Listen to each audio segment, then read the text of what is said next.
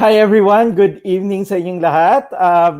I'm Jerry Ilaw, the co-founder of Olern, your e-learning platform for SMEs, and also Tarki, the automation tool for field employees. This is day 13 ng ating Olern Live. Kumusta kayo? Kumusta ang Holy Week? And happy Easter sa inyong lahat.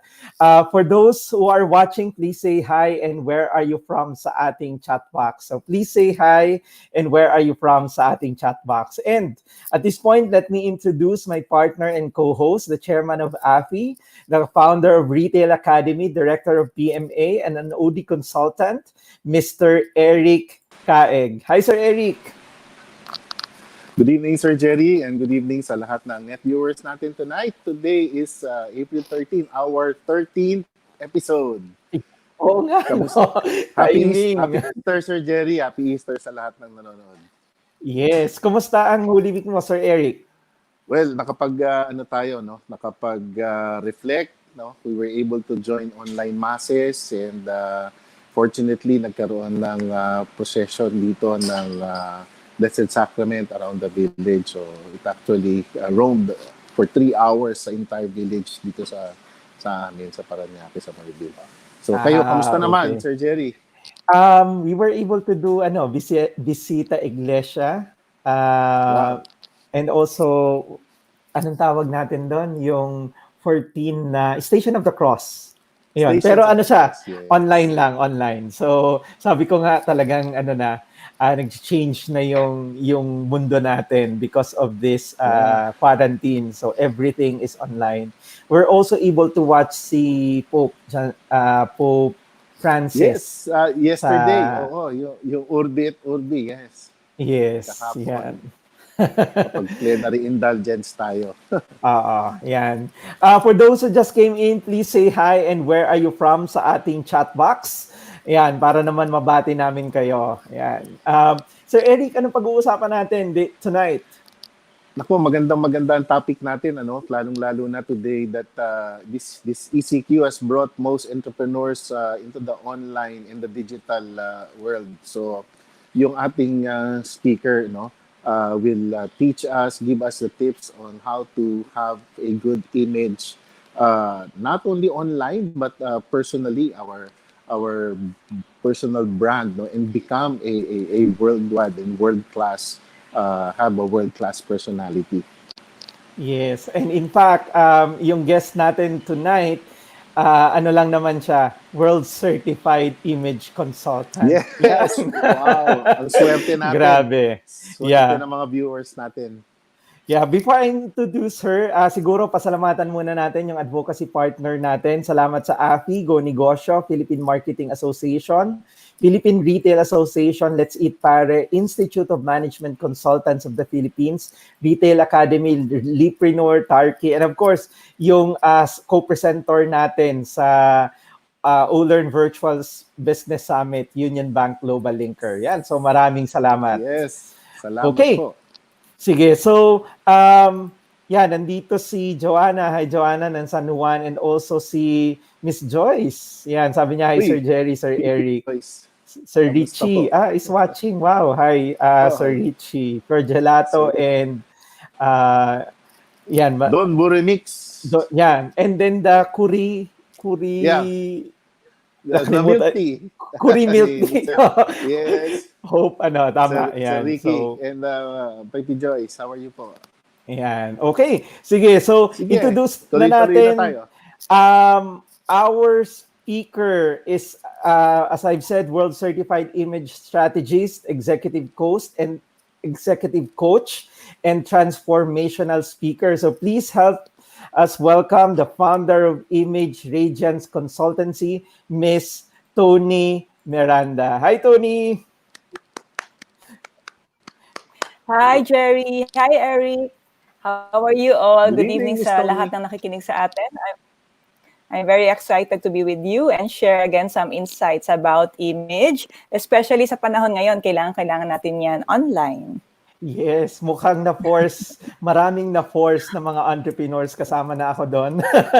Ang Ako din. ngayon, kumbaga mag broadcast, mag-reach out to Yes. online, and share yung mga tips and also anong tawag mo dyan, insights on what is happening. So tama-tama, Miss Yes. Toni, we're looking forward to your kumbaga discussion on that.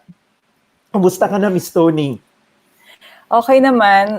Well, just like many of us, sabi mo nga, whether speaker or non-speaker, or maybe pati mga homeschoolers, lahat nasa online. That's why I'm very excited to observe all of them.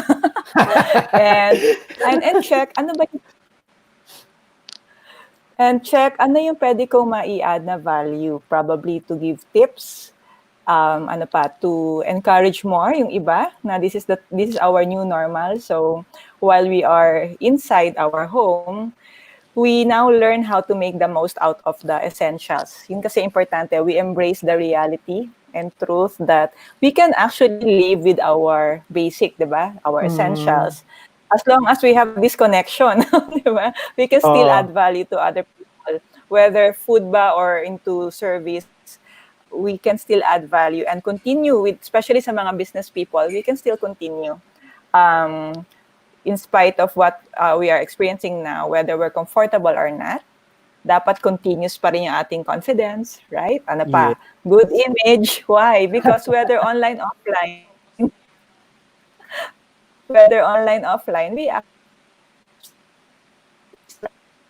right? The way we speak, seems on camera, and the way we present around us, we affect them. So while we think that this is the new normal and we should go on, diba, cope with what's happening, we also have to be mindful. How are we affecting our viewers? Yes. Tama-tama yan. Exciting yan kasi sabi nga as entrepreneur, syempre, dapat we should always be presentable and command a good presence, 'di ba? Lalo na we Definitely. are also leaders and we lead our organization. So, yun, very exciting yung pag-uusapan natin. So, sa mga nanonood Okay. who just came in, please say hi and where are you from sa ating chat box. And Miss Toni will play your presentation. This is the one you presented sa Olern Virtual Business Summit last March 3 and 4. And then afterwards, we'll go back para sagutin yung mga tanong nyo about the topic. Yes. Yan. So, Okay. okay na? Play natin? Okay, so ladies and gentlemen, we'll be playing the presentations of Miss Toni during the Olern Virtual Business Summit last March 3 and 4. And then, sabi ko nga, we'll go back afterwards to answer your questions. Okay, so let me just prepare this. Okay, sige. So here we go.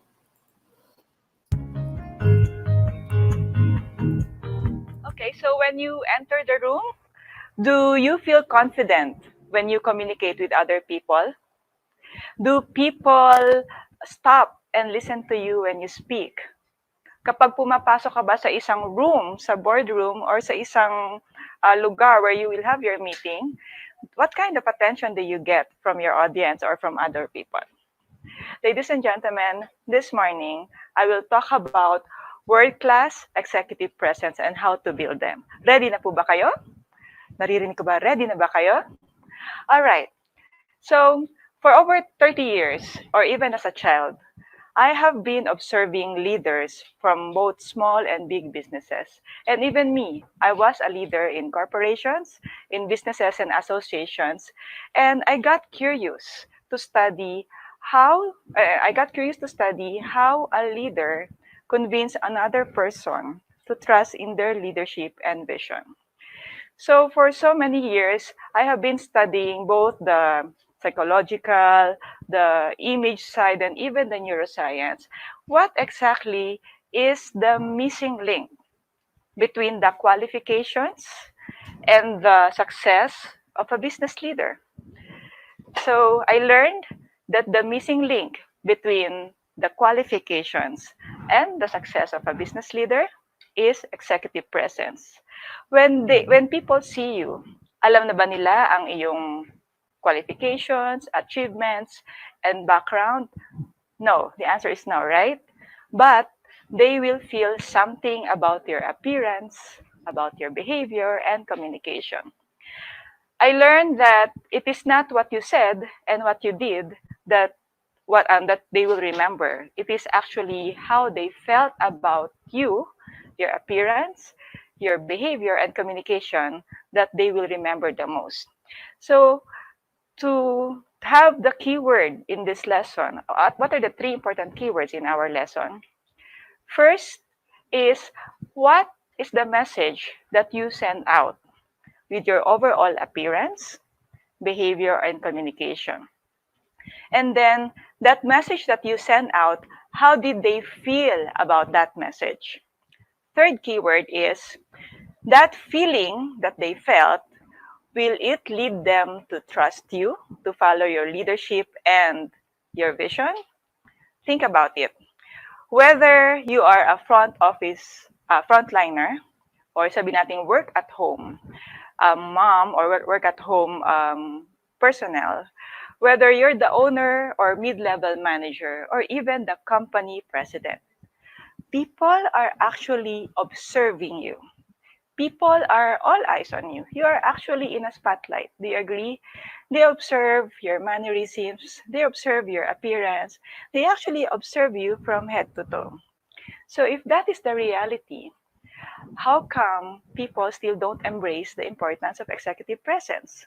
So siguro para mas maintindihan natin bakit importante ang executive presence, let me define it for you, at least my own version of our definition of executive presence. Executive presence is the ability to influence others, to have the confidence to follow your leadership and vision. Meaning, if you're not able to inspire them and you're not able to influence them to follow your leadership, you don't have that presence. But at the end of the day, isn't it, regardless of what we do, whatever our position is, hindi ba gusto natin na somehow we inspire people? Isn't it na gusto rin natin na kahit pa paano, nai-influence natin na pakinggan nila ang ating idea for our businesses? So no need to worry, because today, I will teach you what I have discovered to be the secret formula to build a world-class executive presence. But before I do that, let me share to you first why executive presence, or EP, is very important. One of the strong benefits of developing or cultivating executive presence is it strengthens the impact and influence of your leadership. So you can just imagine if we are creating an influence and positive impact in our family pa lang, sa mga anak natin, sa asawa natin, or sa kamag-anak natin. Same as magkakaroon na siya ng ripple effect, magkakaroon na rin tayo ng influence and impact sa ating mga empleyado, sa ating mga bosses as well, our security guards, you can just imagine how this impact will inspire them work for the better. Hindi ba?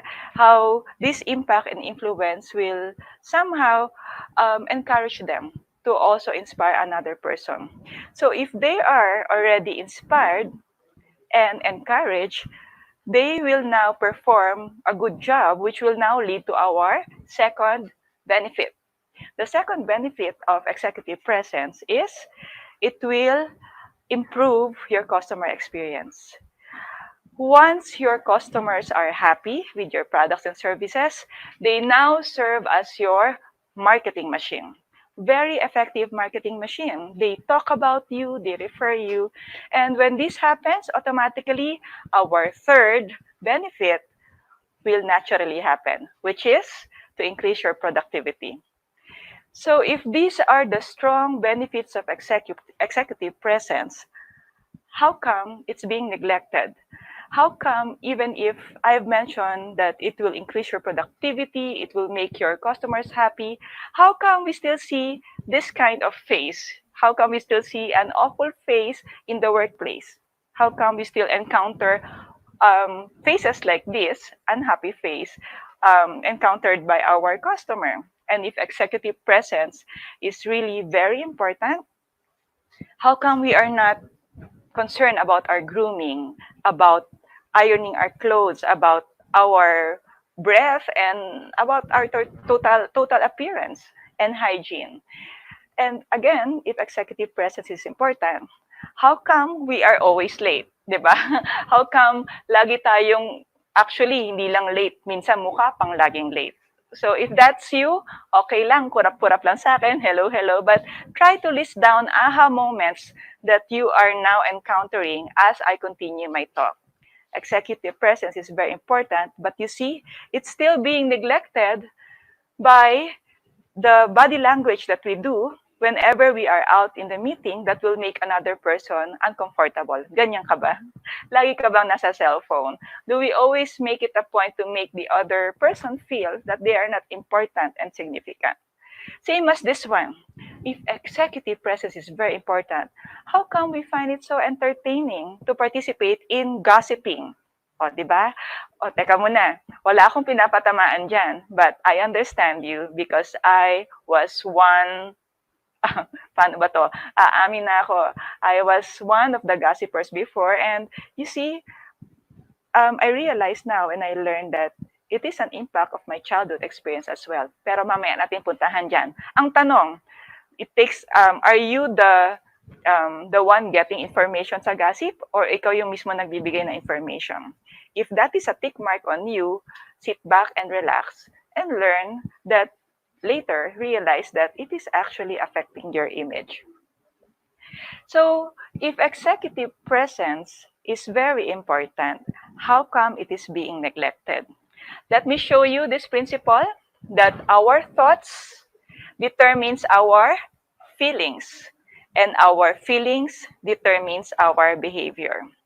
So executive presence is not quite important or being neglected by others by simply because we have a different background when we were younger. So as a child, we have different situations of dysfunctional family. Nung mga bata tayo, iba-iba yung pagpapalaki sa atin ng ating mga magulang. Yung iba, lumaki sa conservative. Yung iba, lumaki sa environment na maingay. Or yung iba yung culture. That's why we develop a distorted view of image as well as distorted view of our confidence. In fact, some, we're talking about thoughts, no?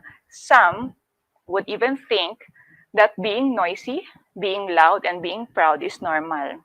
So now, when they get employed or when they mingle with other business owners, they are now surprised that their preferred image or preference is very far from the standard, which now makes others uncomfortable. They find you offending, they find you unprofessional, or they just find you someone that they can't build rapport with. So I repeat, your thoughts will determine your feelings, and your feelings will eventually lead to your behavior. So now, after hearing our lesson today, check where you are.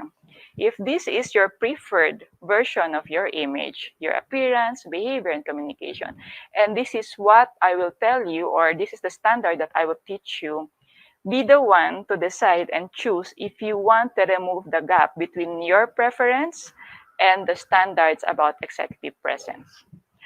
Actually, I have also become a leader. I was also a leader. And that time, I admit I was not a good leader. And tanan, this is actually me before. I'm not sure if you're using cell phone or laptop, but I suggest you zoom it so you can see how I look before. um, my my image or my view of executive presence or image got distorted because of my childhood experience. So when I was younger, we had challenges in the family, and we grew up differently. It changed my view about confidence, and until I created a different mindset, and totally it has distorted my idea about executive presence. I felt it was not important. In fact, I felt it was all about me. So I grew up trying to survive myself. I was actually very selfish, and I grew up living a dual life. Imagine, I create a facade that I am a very confident person, that I am a very strong person, but deep inside, I am actually so frustrated. I'm not really confident. I'm frustrated about the wrong choices, and I was living a very sinful life. But you see, I realized that it is not only me who's experiencing that. Many of you, probably who are watching now, are actually living a dual life. You pretend to be confident, but deep inside, you're trying to cope with past pains and hurts. But we will not go deep into that. I just want you to understand that where I am now is by God's grace. By God's grace, I was able to break all the limiting beliefs that has boxed me for so many years. I was able to anchor my thoughts to only biblical truths. I search for the truths about confidence. I search for the truths about making a difference or inspiring and creating a positive impact on other people. And I'm so happy that somehow I began embracing my authenticity. I began to embrace how bad I was before, and now I am a work in progress, and I'm willing to lead a proper life. So now, would you like to see how I look now? Well, of course, this is the me now, but this is how I looked before when everything was fake, when I was just chasing money, reputation, and all about the self. But this is how God changed me. This is me now. I embrace my authenticity. I embrace the honest me. I don't deny my past. But this is what I believe is executive presence, the ability to just show your authentic self. Okay, so here we go to the lesson. We're running out of time. How to build a world-class executive presence. All you need to do is to become sikat. Okay? Tandaan nyo yan, ha? Sikat. In the Philippines, we have a local word also called sikat, but it means famous. But in building executive presence, just remember C-C-A-T. So what does that, or what do you mean by sikat? Okay? So we need to build and develop a foundation of the right confidence. Next is you need to be competent, authentic, and trustworthy. Okay, let's remember and memorize. To have the right foundation for executive presence and to make it world class, you need to have a foundation of being sikat. Need to be confident, competent, authentic, and trustworthy. Now, let's start with confident. I learned and realized that the source of our confidence is very important. Because if our source is something temporary, which let's say the people around us, they are all temporary, they will change from time to time, which is also our ambition and anything that is temporary of the world. your confidence is at stake. But if the source of your confidence is God confidence, God never changes. You will strive, you will make sure that this source of confidence will be your source of empowerment. Another thing about confidence is you have to trust in yourself. You have to believe that what you say you will do, you will do. Because the moment you fail not doing those things that you have committed to do, you begin to doubt yourself. And the moment you doubt yourself, ayan na, nawawala na naman ang trust and confidence mo sa sarili mo. So, that's it about confidence. Let's now go to competent.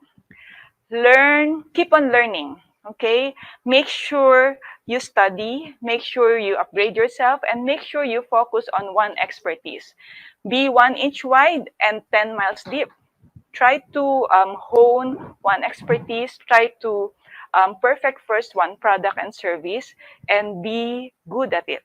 Okay, make sure you practice, practice, practice, so that when an opportunity pass by, you are ready. You can grab it with confidence that you are ready. Okay, next is letter A. So first confidence, diba? And then competent. Next is letter A, authenticity. Learn to embrace your story. Your story will always be part of you. Whatever your story is, whether good or bad, never deny it, because your authenticity matters a lot in developing executive presence. I have a very dark past, and I've learned to embrace it. I've changed for the better, and I made sure I always tell people who I was in the past. How about you?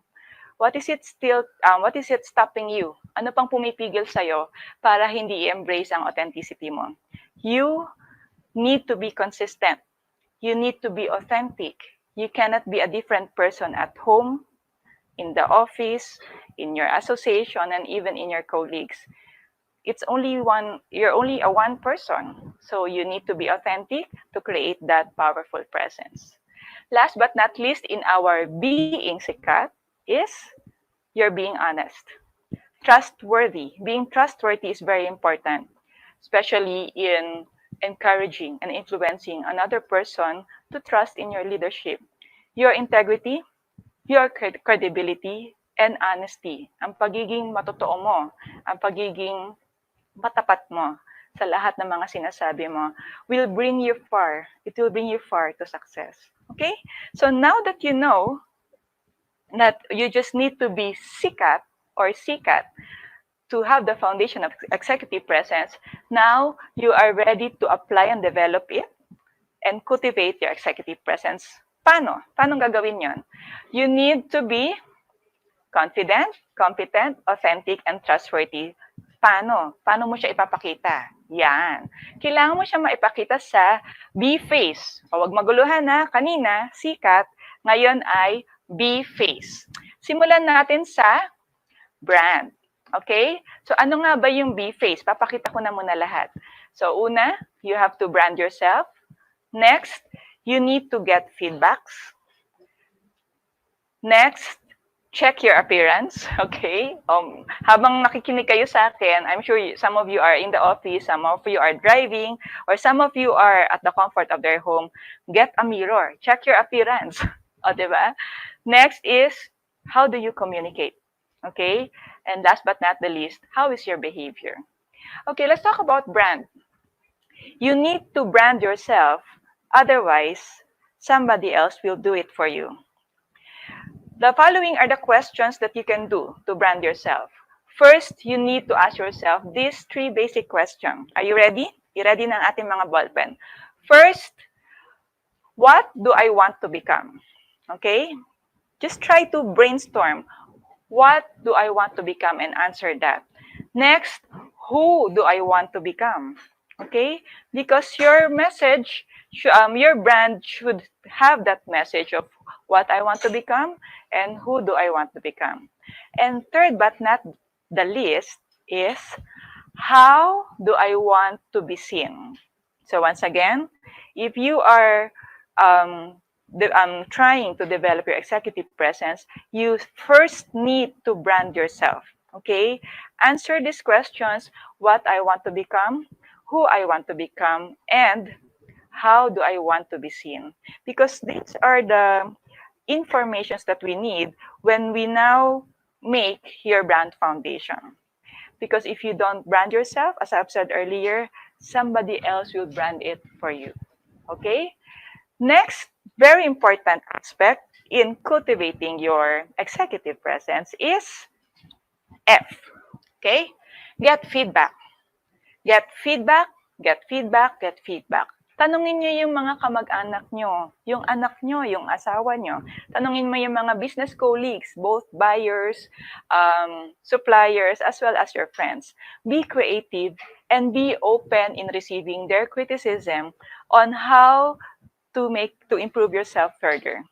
Always ask them how they perceive you and check yung sagot ba nila on how they perceive you is aligned to your answer on how you want to be perceived. If not, your goal is to every day strive to make them align. So again, first you need to have a brand. Second, be creative and keep on asking and be open in getting feedbacks. Next is of course our appearance. Okay? You are the walking, talking representation of your brand. You are the walking, talking representation of your appearance. Actually, your appearance is your message. Remember what I mentioned earlier? What message do you send out? How do they feel about your message? So check the details of your appearance from the tip of your hair up to the bottom of your shoe. Anong message ang sinesend out natin sa kanila?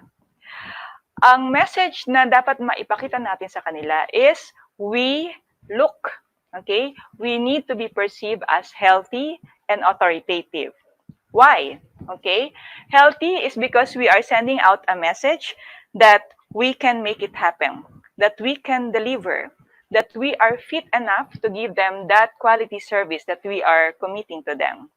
Authoritative is because we wanted to send out a message that we are the expert, that we know what we are talking about, and we got what it takes for them to follow us and our leadership. So there are many things that we need to consider about appearance, pero don't worry, kayang-kaya natin gawin yan. Ako nga, nakaya ko, nakita nyo naman yung changes kanina, no? So for sure, makakaya nyo rin yan. So first thing about appearance is your hair. So look at my client, her name is Ayan. I'm not sure if she's watching, but hi Ayan, I'm using your picture with your permission. So here, always remember that your hair is very important. You wear them every day. Make sure that it sends out a message that you are fit and an expert. So when you go to a salon or barbershop, always ask them, what is the best hairstyle that will fit my face shape? So don't ignore and neglect your hair because it is very important because it is part of the head where the message comes out. Okay? Next is your color. Make sure your color does not make you short, does not cut you, and make sure it doesn't make you look sad, hungry, and disappointed. People don't want to trust a leader who's always looking not healthy, and they did not know or they do not know na mali lang pala yung kulay. So always face the mirror, check if the colors are enhancing your face rather than making you look not interested, not healthy, and you look like not gonna make it. Yung iba akala nila naghihingal ako lang, yung pala, mali lang yung kulay. Next is, of course, you have to choose the lines, okay, and the design and the fabric that is according to your body shape. Those designs of your clothes should enhance the features that you want to emphasize. Always remember, if you want to emphasize, you repeat. If you don't want to emphasize, you don't repeat. So, kung malaki na yung tiyan mo, you don't put prints here. And kung malaki rin yung ating hita, or malaki braso, huwag na tayo maglagay dyan ng mga checkered, ng mga floral design. Try to avoid areas you don't want to emphasize. And make sure that when you choose your clothes, okay, make sure that you look healthy, meaning you look a bit taller and authoritative. So, appearance is also our show of respect, okay? when we follow dress code, when we wear clothes appropriately, we actually send out a message that I am serious, I respect you, and at the end of the day, I want to inspire you and influence you. Now, from B phase, we go to communication. Our facial expression, our gesture, our everything, the tilt of the head, our posture sends out a message stronger than our verbal. So, paano nang gagawin natin ngayon? Our goal is to make sure that the words aligned or synchronized with our facial expression, with our gesture, and our tone of voice. You can just imagine if I am this person reporting to a crowd, for example, like this. I am so proud that last year we made a very high income. So this year, I am so excited to tell you that we will double our productivity. Hindi ba kayo nalito? Kasi sinabi ko last year, then I made a gesture of future. And then I'm so happy na ganun ako. Okay? So body language is really a good lesson for you to learn. But at least at this moment, nasabi ko sa inyo na body language or your communication skills is very important in developing your executive presence. Okay, so you need to be able to have a good handshake, your navigation when you are meeting people, and introduction. Now we go to our etiquette. It's very important that our behavior, our manners, and our conduct are aligned to our authority. So we make sure that we practice good etiquette in networking, in dining, and anytime we deal with other people. Okay? All right. So always remember, executive presence is the ability to influence others, to have the confidence to follow your leadership and vision. You will definitely achieve your fullest potential. And of course, you can still learn this because no one was born or no one, this is not innate. Executive is not innate, so you can develop it. Okay, so building a world-class executive presence is for everyone. It's for everyone. So I'd like to end my presentation with my favorite verse that has been guiding me since then on. It's Colossians 3:23. Whatever you do, work at it with all your heart as working for the Lord and not for human masters. Colossians 3:23 is my reason why I want to make sure I do my best with my appearance, with my behavior and communication. So once again, this is Toni Miranda, your soft skills expert, international image consultant, and transformational speaker. Here in Olern, we commit to help you stand out and shine.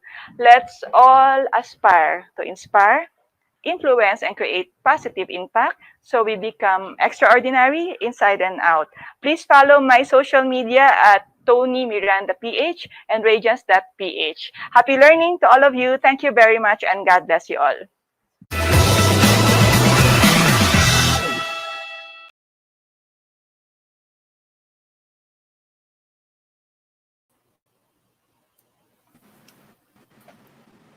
Ayan, grabe. Ang daming learnings. Thank you so much, Tony. Grabe. Thank you very much. Ang daming notes. Ang dami bang ano? Ang daming checklist. Yes, ang dami. And grabe yung transformation mo. from the old Yun talaga, you to grabe. the new you. Siguro tanong ko, Ayoko nang bumalik. Siguro tanong ko, Tony, what triggered the change?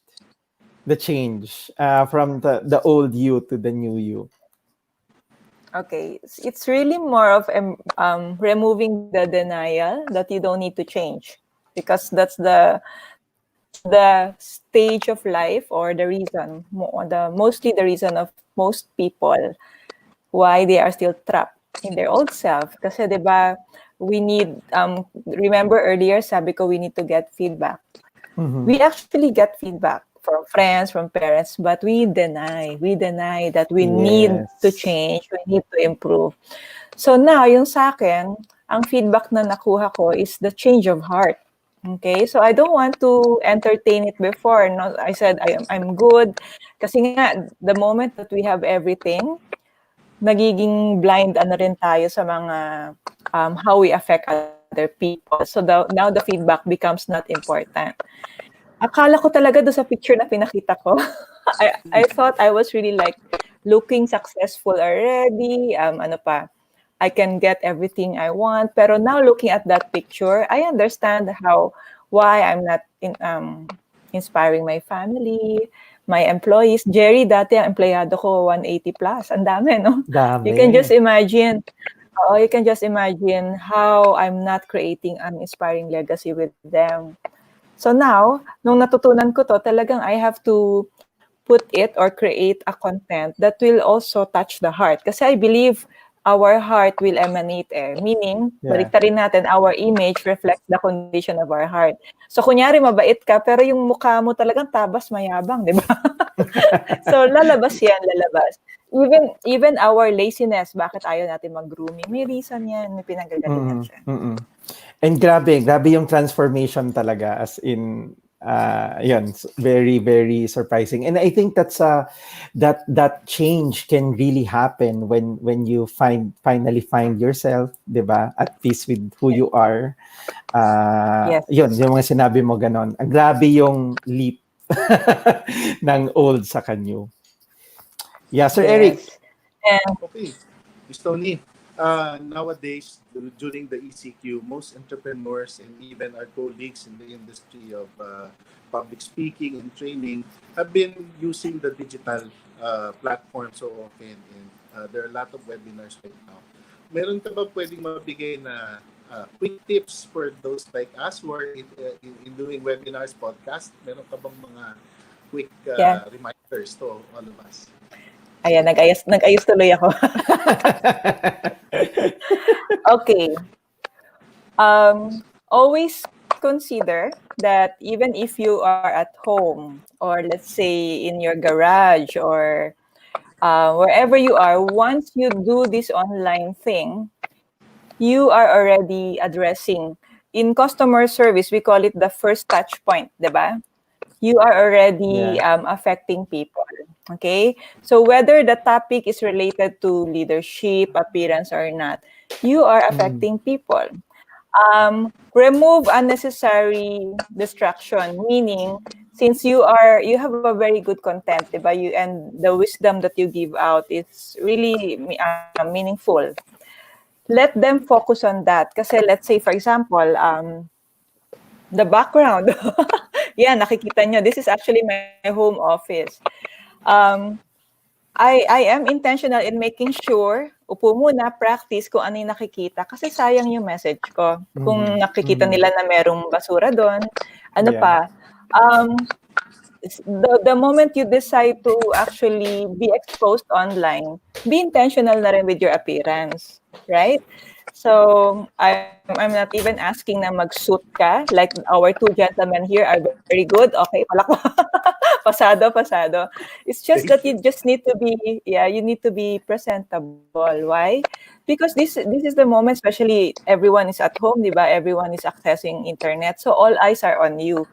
It is no different when we speak on stage or when we speak during board meeting. Or when we pitch our business, pareho lang yan. So, whether online, offline, dapat na-observe yung grooming. Important ang grooming. Yung presence natin. And make sure comfortable yung nanonood sa'yo. Hindi yung parang mahuhulog na sila sa camera mo kasi nakaganong ka, di ba? So, eye level. Always think na meron kang ka-meeting sa katapat mo, like a coffee table. So when you meet someone, you don't want to be, di ba, yung parang nahuhulog, nag-stoop. So may mga level. I'm not sure if I can show manually. Ayan, nilagyan ko ng ng ink boxes para lumevel yung yung laptop ko. And then, I'll show a bit. I have a studio light just to add light because we make the view comfortable naman sa viewer. So in short, we don't go with our comfort zone kasi we wanted to make a difference. We want to give a good content. And useless ang content kung hindi siya nagko-connect just because you, the speaker themselves, hindi siya ka-connect, di ba? Nagdi-disconnect na siya. Next also is, maybe this one is good, no? Kasi pwede naman tayo mag-phone or ano, but the thing is, unnecessary noise kasi can also distract. Okay, and then, announce at home. Announce lang na, number one, magkakaroon ako ng telecon, magkakaroon ako ng ganito, live. Can you just give me this hour of silence, di ba? At least, no, walang kakatok na, yung labada mo, yung pinapakuluan mo. Because they know you have announced. Sometimes we forget to announce eh. Yeah. Third, of course, yung request for courtesy na baka pwedeng gamitin ko muna yung internet. Because it's not, lately, I don't know if you've noticed, the connection is not as stable as the early part of the lockdown, di ba? Nag-iiba-iba siya. Those are the simple things. Plus, i-check mo rin kasi hanggang dito yung nakikita eh. Di ba? Hanggang dito. So, if you are short neck, kasi yan lang naman ang view sa atin eh. Okay lang kung naka-slippers ka, wala si Sylvia. So, if you are short neck, you don't wear round neck. Kasi parang magic kung nakaganon ka, sinasakal ka na. Ang ganda-ganda ng message mo, pero parang mahihimatay ka na dahil round neck. So, if you are short neck, magbi-V-neck tayo. I am actually short neck. Diba? So, for guys, yan, very good ulit sila. Palakpakan natin, Eric. Naka-open yung ano nila. But, hindi malata masyado. Basta we choose clothes that we will look somehow proportionate, diba? Pero pag long neck ka naman, huwag ka na mag-V-neck kasi parang hanggang doon na yung, hanggang second floor na yung ano mo, yung leg mo. Galing. Ano pa, wala, yung mga attire, hindi nakukuha dapat ng attention. Meaning, ang attention ng tao should be on our face. So you don't wear big flowers here, diba? Malaking polka dots dito. Kasi nga, we want them to focus here. But if you have a striking design, nadi-divide yung attention. Okay. Galing. Wow, dami, Yeah. dami. Diba? Sana na-note ko yun. Re-replay natin. Yes. May question si Andy. Ang dami. Ang haba. But basically, Andy is asking, would like to ask, how do you handle employees daw who were bad-mouthing behind your back, talking about the mistakes you made in the past, pero you already corrected it. Kaya lang, it affects your relationship with your co-workers and management with you. Yan. So, yan yung question ni Andy. Thank you, Andy, for asking that. Yeah, thank you, Andy. First, before we even think of handling them, the one who are bad-mouthing, no? Let's handle first ourselves, okay? Let's handle our thoughts. We have to make sure that our thoughts are aligned with your heart. Meaning, once you know, you said you have corrected your mistake and believe it, that you are now gearing towards your change. And I feel you. I have so many mistakes. Matitindi pa nga. If some of you knows what I've done before. So I still meet people who will really rumor about me. And I'm sure that's how you are feeling now. As long as your thoughts are aligned with your authenticity, alam mo na yeah, narinig, I did that. Diba? You are not there to convince them about your change. What's important is you are convinced with yourself about your change. So no matter how many people backfight or talk behind your back, it doesn't matter anymore kasi you have changed, diba? Let not your reaction, okay, go to the level of where they want to stay. What do I mean by that? If those people, okay, still wants to stay in your past, let them be. Kasi ikaw papunta ka na sa change ng today and tomorrow. Okay, then eventually they will get tired. The satisfaction of those rumor mongering or yung mga ganyang backfighter is for yung how you react. Okay, so be firm. You know already that you have changed. Be confident that you are authentic. You are no longer having a dual life. And of course, ito yung pinaka-formula, secret formula. We pray for them. We cannot change them, right? We cannot even control them. but you can control your thoughts and feelings. And just pray. You just pray, Lord, I'm hurting. It is normal. I'm hurting. I'm actually irritated and getting angry. Will you change my heart? Will you please help me see them the way you want me to see them? That's it. And then magugulat ka na lang, you'll get used to it, but now feeling better and not really getting affected. Kasi yun ang ano nun eh, if you allow them to affect you, sinong talo? Ikaw yung talo. Sayang ang image, o, di ba? Masisira yung ano natin, yung araw natin. So I hope I'm able to answer your question, Andy.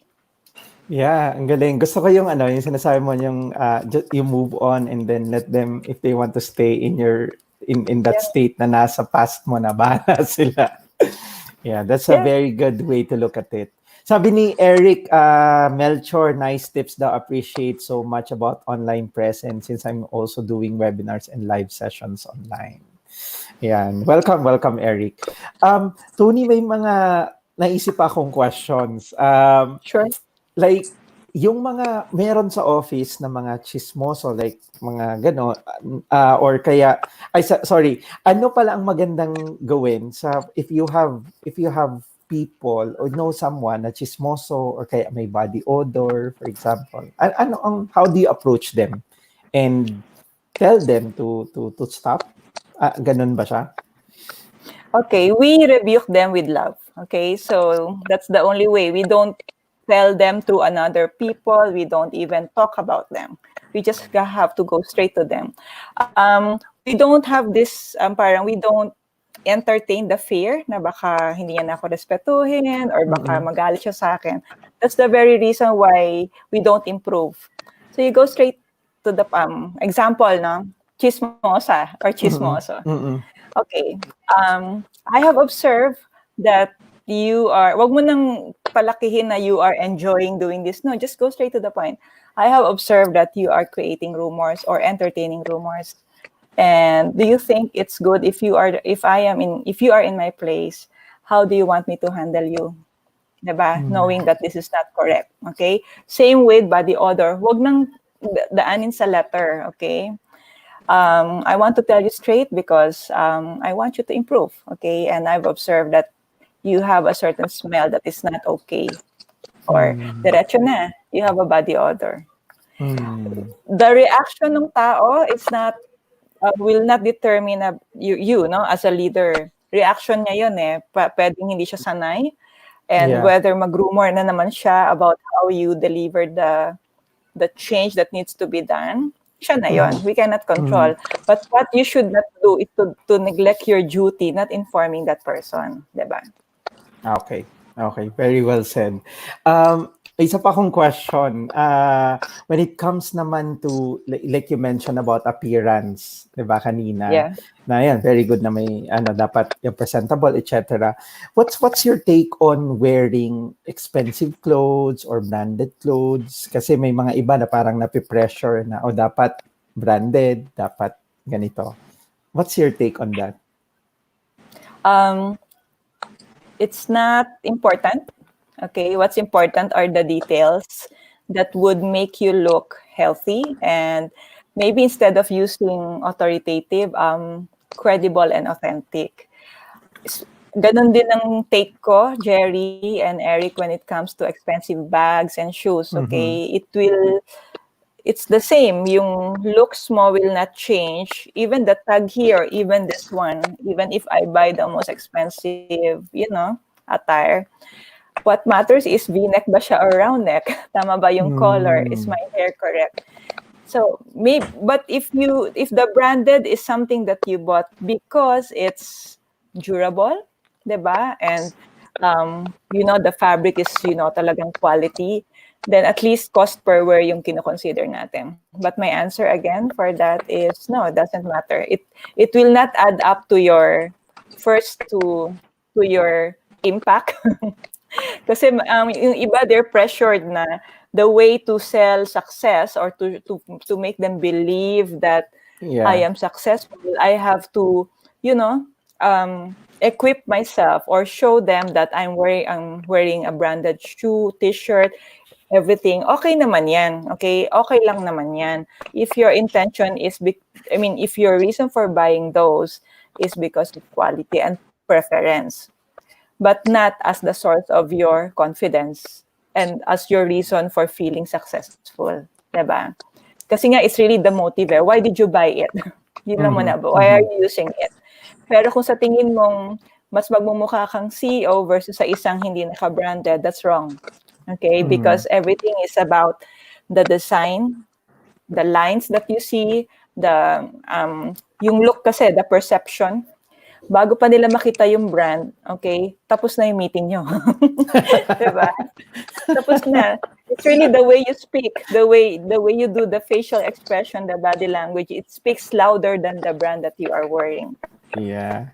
Agree. So, kahit na Green Hills lang, diba? Basta yun, it fits you well. Yeah. Kasi for example lang, diba, I'm sure you will agree, let's say nag-branded talaga ako, todo. Okay? Tapos naka 1 carat ano pa ako. Then ganyan ako makipag-usap. I'll show you my ganyan. Tapos naka-tilt pa. Kasi ang tilt, it creates a message that you're not authoritative. Kaya nga dapat head Versus, sabihin na lang natin, let's not mention any location where you got it. Simple lang. Okay? But you are seated well. Diba? You are seated well. And then you are having eye contact. Hindi ka nakaganon. And then you listen well. And then when you answer, you are very articulative. Lahat. Sa tingin mo ba napansin nila anong brand kaya yung suot ni Miss Toni? I don't think so. It's really the ABCD, like yung appearance, everything na nag-fit ba siya sa'yo, bagay ba siya sa body shape mo, like yung mga ganitong tips natin. And then, am I having eye contact? Diba? Do I smile? Baka mamaya galit na ako. Ay, masaya ako pero galit ako. Diba? Plus, baka ang dami kong ganun-ganun habang nagsasalita. Those are the things that really communicate. Yung presence mo na stable ka, then you listen, and then when it's your turn, you speak out. Diba? Parang Miss Universe. Yeah, galing. So, Eric. Ms. Toni, for employees who are not yet in authoritative roles, leadership roles, important is building their own executive presence. Halimbawa, they're below managers, kahit rank and file or supervisors. Is this also workable for them? Yes. Ang executive presence actually, in my opinion, it should be taught already when you're younger. Because really, what we are trying to help a person develop is the habit and discipline, diba? And the mindset. So now, even if you're still a staff, but you already, walk the part, and you're disciplined, diba? You will not anymore rumor. You will be on time. Those are the simple baby steps that will create executive presence. Ano pa, when you say you're gonna submit, let's say at 12, you will do it. You will answer the phone correctly and properly. You will reply back to your emails. These are the small things that will make people notice you. Buti pa siya. Very prompt. Buti pa siya polite. And look at her. Whatever her work is or position is, she's really well groomed. And for all you know, while you thought you are advancing it, you're actually preparing yourself for the next level. Diba? Kasi we begin, yung thought natin, diba, begin with an end. We already begin thinking that I am the VP, I am the CEO. So as early as now, I have to discipline myself. Yun yung ano natin. Kasi baka inisip natin, pag na-promote na ako, what if hindi nga nangyari? Because they don't see you capable of doing it. Diba? Yeah. Part of character building. Yes. And I'm happy na we are launching the what do you call this personal branding and also professional image, right? Miss Toni in Olern. So for those who are watching, watch out for it. We'll be releasing it soon. I'm targeting Miss Toni this month. So yan, pinapaayos na yung ano. Yeah, may questions pa tayo from Eric Melchor. Sabi niya, you mentioned about hand movement kanina. Sabi niya, with hand movement while we speak, does it give authority or does it distract your listener? Okay. When your hand movement, when your gesture facial expression, and tone synchronizes with your message, then it gives you authority. Okay? Example, yun nga, when we talk about goal, we know that goal is something that we want to reach up, diba? Pataas. Pero kung ang hand movement mo is pa ganon, then it confuses your viewers kapag hindi synchronized. So when viewers or when your gesture, facial expression, and tone of voice does not synchronize with your message, then bumabaksak yung authority. Okay?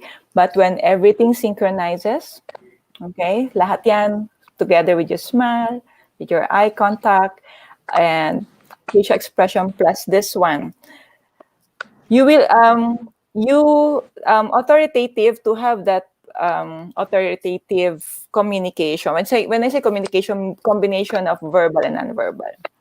Kapag hindi magaslaw, controlled. Okay? That's why yung voice natin, okay, dapat hindi rin masyadong ay kasi yun eh, di ba, we get irritated and we don't wanna listen anymore.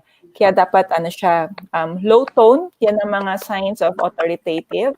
Controlled, hindi ka ayos ng buhok, kung ano-ano inaayos. That's why it's very important that we come prepared. And then this one, and it can be developed, meaning we can practice it. Before, watak-watak yan, may sariling buhay yung kamay ko, tsaka yung kilay ko lagi nakaganon. But I still have to practice and practice every day. And you can do this. I'll give you a tip. Every day, try to answer a certain question, recording yourself on your cell phone, okay? Example lang, how was my day? And limit it to probably 30 seconds para pati ikaw matuto kang not going around the bush. Go straight to the point. And then check. Check if you yourself, when you replay it, is convinced na yun yung narinig mong message.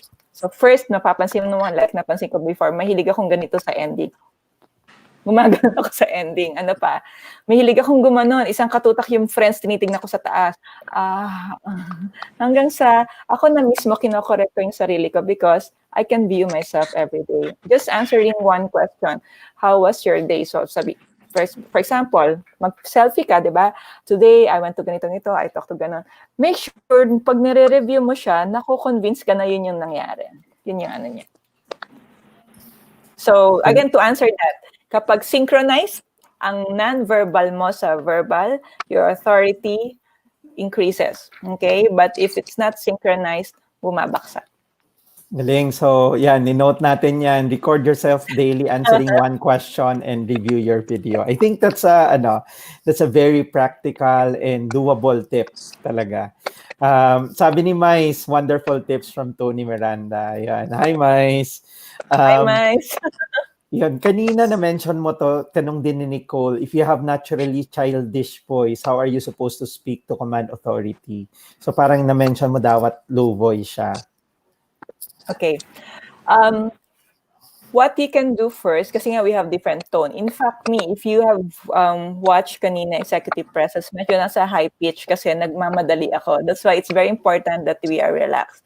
When we are relaxed, it will show yung speed. Kasi mas napapansin ang speed kesa sa pitch. Okay?